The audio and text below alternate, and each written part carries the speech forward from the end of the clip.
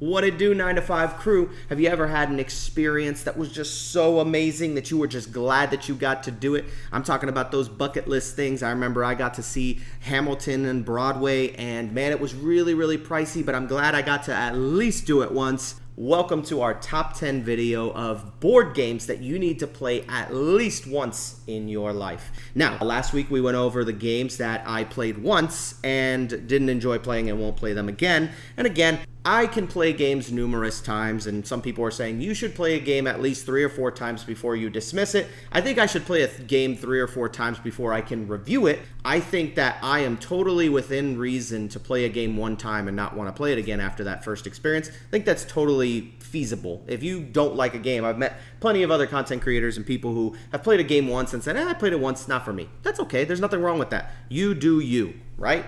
Anyways, so with that said, today's games, I think that every single person should at least try these games at least 1 time. I think the vast majority of these are going to be just games that are just big and grandiose and so amazing, but they're very expensive and hard to find and things like that. And so with that said, let's get into our top 10 list. As always, in the comments section, what's a game that everybody should play at least once? It'll probably be different than my list because mine's is probably going to be filled with a lot of Ameritrash, but we'll get into that in a second. Let's start off with honorable mention to Fractured Sky, man. Ivy Studios, Fractured Sky, the deluxe all-in edition with the painted minis and the magnets. Like, that is quite the experience. Didn't quite make the list, but it made my short list, and I just wanted to give it a quick shout out. But my official number 10 is a game called Mosaic, A Story of Civilization. This is a Civ game that's actually very simple to play. It's not a very complicated civilization game, but wow, what a production. This game is massive, takes up a lot of space, very simple to play too. It's very easy. I really enjoyed the playthroughs that I've had of this game. I own the game. It's up there on my shelf. I'm very high up. I'm not going to let you see it, but it's up there. But this game is very, very good. It's a Civ game that's not hard to play, and honestly, the production quality on everything with the thick wooden token and everything on this game just looks beautiful, and I love how simple it is to play. It takes a while to play, but it's definitely worth playing and definitely worth trying. So if you have the chance to get a play of this in with some friends, obviously you got to give this one a try. Amazing civilization game, and I'm sure it's not the best civilization game, but as far as production goes, what a beautiful game. I love it. Next game on my list, number 9, is Camelot Blood and Sand. I think that every person needs to play this game because this is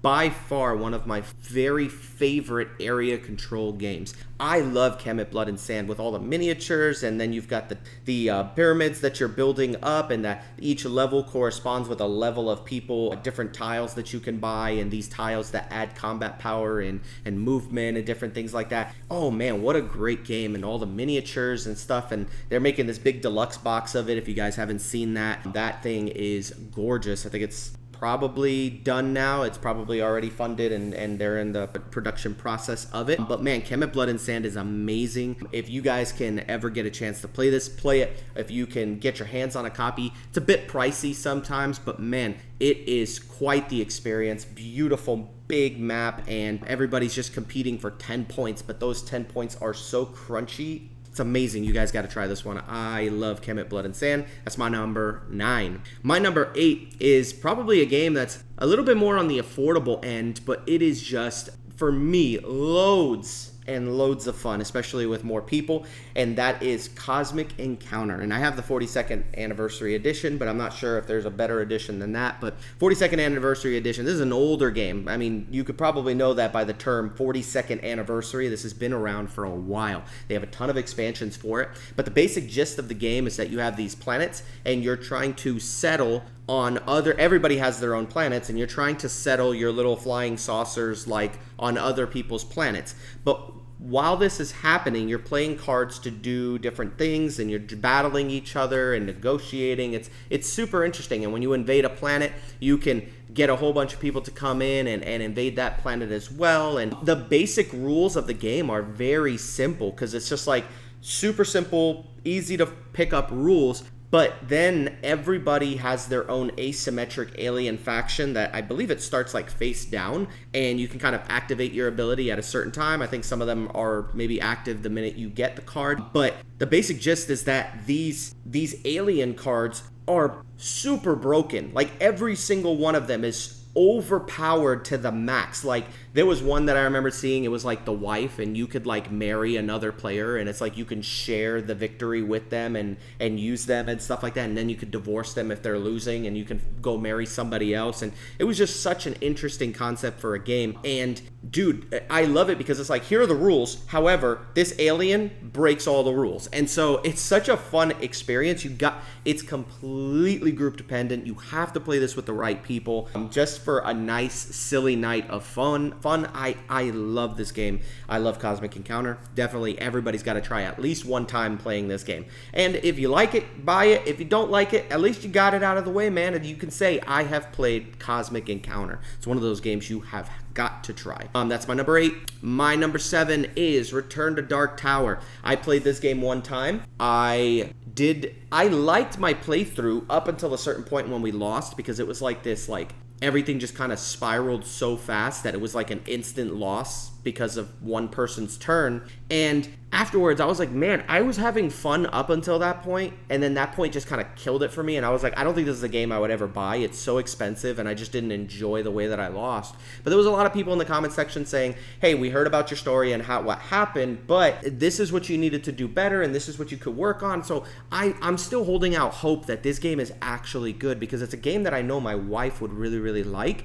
But the experience that I had when I played it was amazing. It's this huge electronic battery-powered tower that you drop skulls into, and the skulls pop out of these trapdoors and fall into different regions on the big old map. You play as like everybody plays as like different characters and stuff like that. Like it's super, super cool. It's app-driven. It's got so much to it that's so amazing. And sure, there's probably some downfalls to it and things that people don't enjoy about it. The batteries on the tower don't last very long. They run out pretty quickly. So you just get the rechargeable ones and smack them in there. But yeah, it is such a unique and fun game. I really had an amazing time playing it, up until I lost, and then I got a little salty afterwards. But Return to Dark Tower is just such a cool experience. If you ever go to a convention, you definitely got to pull this one out and do your best. I know for us, it took us a while to set up, a little bit to learn.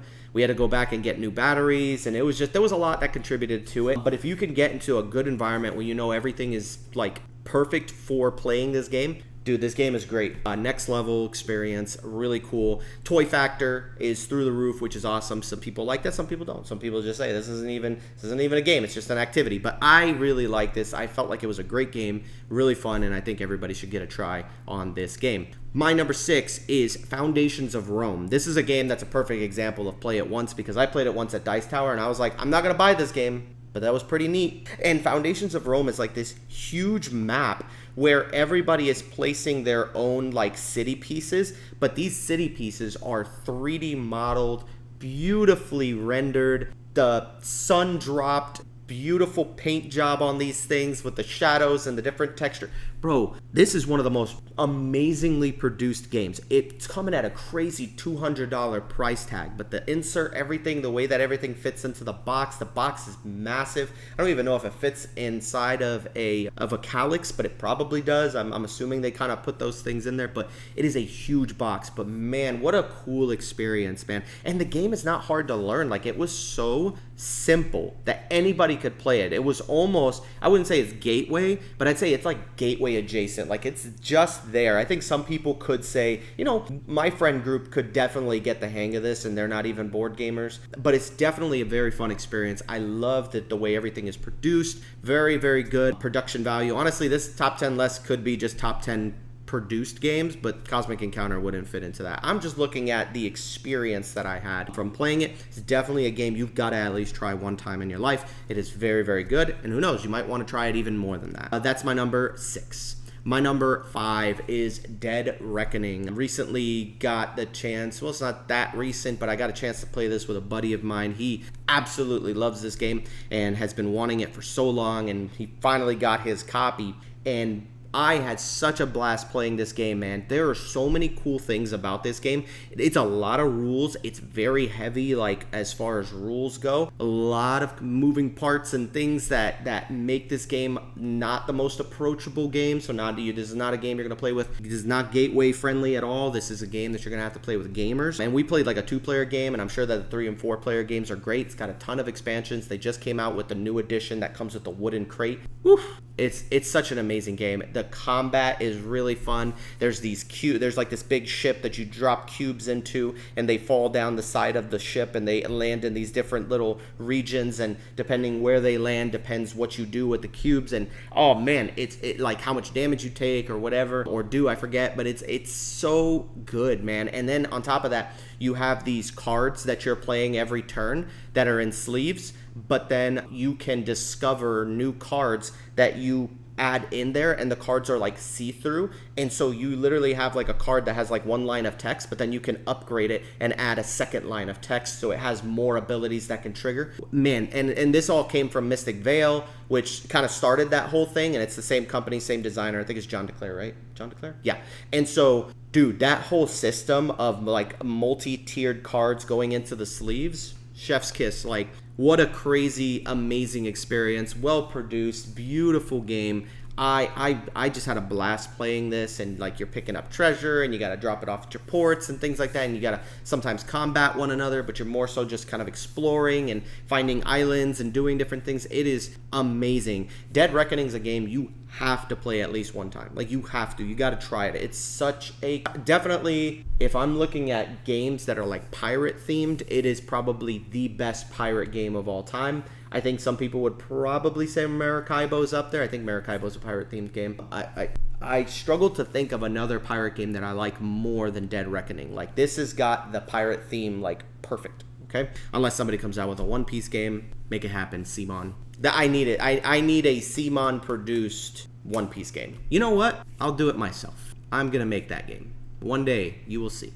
Anyway, enough with the One Piece stuff. Where am I at? Oh, my number 4. My number 4 is the game I got to play at Dice Tower East, not this year, but last year in 2023, and that was Wonderlands War. This is an Alice in Wonderland themed bag building game, combat driven, area control. Like, this has some of the best mechanisms out there, all wrapped up into one game with beautiful miniatures, with amazing, I think they're like clay chips that you're putting into the bag. So you're building your bag up with these little discs, but these discs are all like heavy duty poker style chips, like nice weight to them. They're a little smaller, but they're beautiful, man. And so you put the discs inside of the bag, you reach into the bag and you pull the discs out, and then determine if you want to, like, it has push your luck. It's Alice in Wonderland, not Alice in Wonderland, what's it called? Wonderlands War.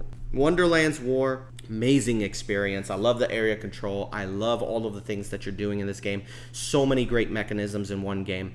This is a game you have to try at least one time in your life. Like, you know, somebody has it. Somebody has it, and you got to play it. Maybe you own it. I don't have a copy of this game. I kind of wish that I do. But, you know, I don't know how often I would play it. But I know that I would love having this in my collection for others to play. I do host a lot of events and things like that, and I love to just bring my games out so people can play them. And so Wonderlands War is incredible. So what a great experience. Loved it. That's why it's my number 4. My number 3 is actually, like, right behind me. It is Dwellings of Eldervale.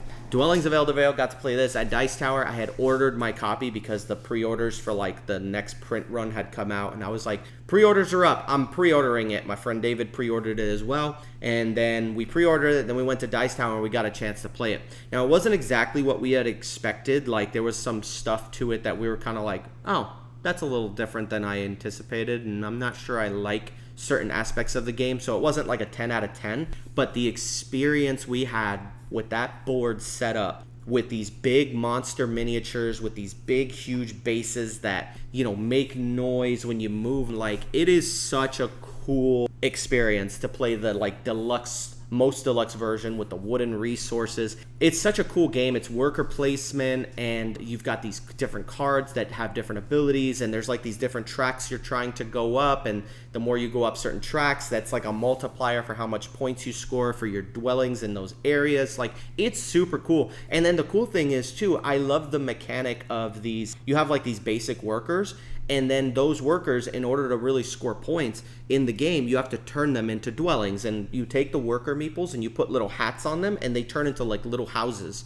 Super cute. And you put those little houses back on the area, and now that's one of your dwellings, and that's how you score points in this game. I love that mechanic, and I love it because you're putting workers out on the board, and you want to have a lot of workers so you can take multiple spots. But then at the same time, when you turn them into dwellings, you permanently lose them as a worker. So it's like you've really got to get this nice little balance of putting out workers. Not to mention you have like this big dragon worker and a wizard worker and warrior workers. Like, there's different types of workers that you could put out in the field, which is pretty cool too. And just, I don't know, man, everything about this game is just so overly produced, but who cares, man? It's beautiful. It's great. I love it. And Dwellings of Eldervale is up there, man. It is up there. It is up there. It is up there. That's why it is my number 3 game of games you need to play at least once. You got to try this game. It's super good, especially with the big miniatures and everything. Amazing game. Amazing, amazing, amazing. My number 2, and you can call it recency bias if you want, because I'm super biased because I just got it and I just played it and I stinking love this game, and it is the most overproduced, beautiful game I own, and it's right here, Andromeda's Edge, baby. This is Dwellings of Eldervale to another level. I love this game, man. And the thing is that me and my wife are kind of like opposites in this regard. We both love sci-fi and fantasy, but she likes fantasy more than she likes sci-fi. I like sci-fi more than I like fantasy, but I still like fantasy. So like Dwellings of Eldervale is definitely that fantasy theme, but this is that sci-fi theme with the spaceships and the different enemy fighters that come out. And bro, it's the same thing. It's basically essentially like Dwellings of Eldervale, but they changed a lot of the aspects of what you do. And I love in this game, and the other one you had like little meeples that turned into houses. In this game you got spaceships, and when you build like these foundations, these like big buildings, you put your spaceship on the bottom of them, and oh my goodness. And you got like little leaders that you gotta put in there, and they're like these little things that you insert into the big things. And bro, oh my gosh, the different classes of fighters that come at you, and if you enter into a territory, they jump into the territory and attack you, and it may be the only spot available, so you got to get yourself ready for combat. You got to get your combat cruiser out there, and bro, there's different tracks you go up. It's worker placement, but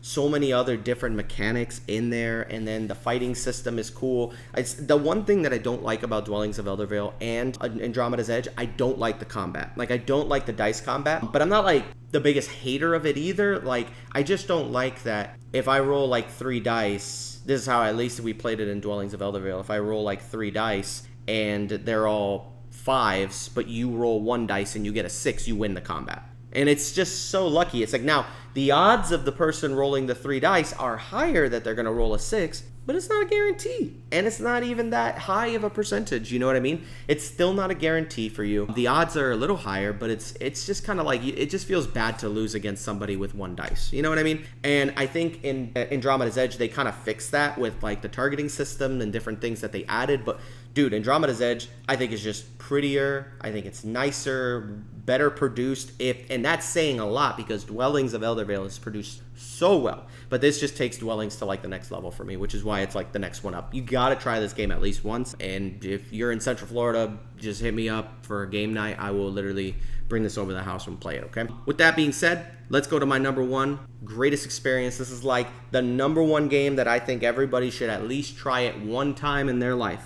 And I guess it's like super subjective, because if you don't like this style of game, you probably will hate the game. But man, I have had so much fun with Blood on the Clock Tower. Let me tell you, Blood on the Clock Tower, I think everybody needs to play that game at least once. I think everybody should try it. And the only reason I say that is because some people are like, I don't really like social deduction, da-da-da-da-da. And I'm like, I get that. And I think there are a lot of things about social deduction games that I think suck, that I don't like. But I feel like Blood on the Clock Tower fixes everything. Like, they literally have nailed social deduction to perfection, right? You could even, everybody's gonna have like their own power, And you could even have roles for people who maybe are, you know, maybe on the spectrum, or maybe are more shy. Like they literally have roles that are created for people who may be at a disadvantage playing a game like this. And one of them is like the librarian. It's like the silent librarian or something like that. And it's like,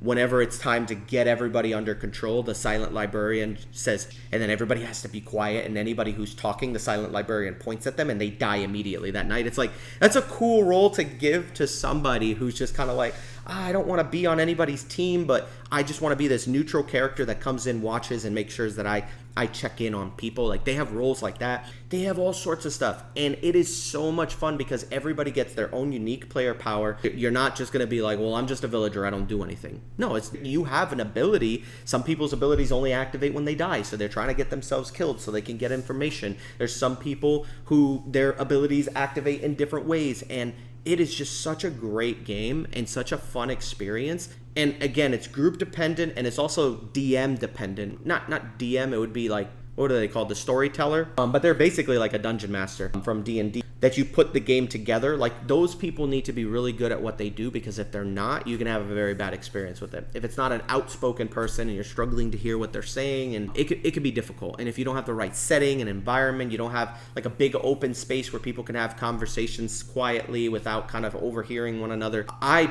love this because in my house I have, like, I don't know how to explain my house, but I have like 2 living rooms basically, and it's cool because there's other rooms in the house that people can go to, and I'm like, hey, look, the house is open, go talk, have your conversations, and come back, meet in the living room. It's a great experience, man. I just wish that everybody would have had the first experience that I had with this game. So much fun. And I'm always DMing it. I don't think I really get the chance to play it that often, but I love hosting it. And man, it's just so much fun to see how, like, everybody, the first time we played this, I had so many people were crusted. One of my friends even said, for my birthday, this is all I want to do. I've had that request happen multiple times. And I've got a lot of friends who don't like the game because they're just, you know, like, they don't like the arguing and the bickering. But again, we're Hispanics, so most of you know, like, a lot of my friends were all Hispanics, and we get really saucy and spicy with it. So I think that may be part of the reason why, like, we literally will yell and scream at each other. So it's fun, but it's just such a great time, man. I think everybody needs to try Blood on the Clock Tower once. But anyways, that's enough rambling. Thank you guys for listening to this man ramble for so long. But thank you guys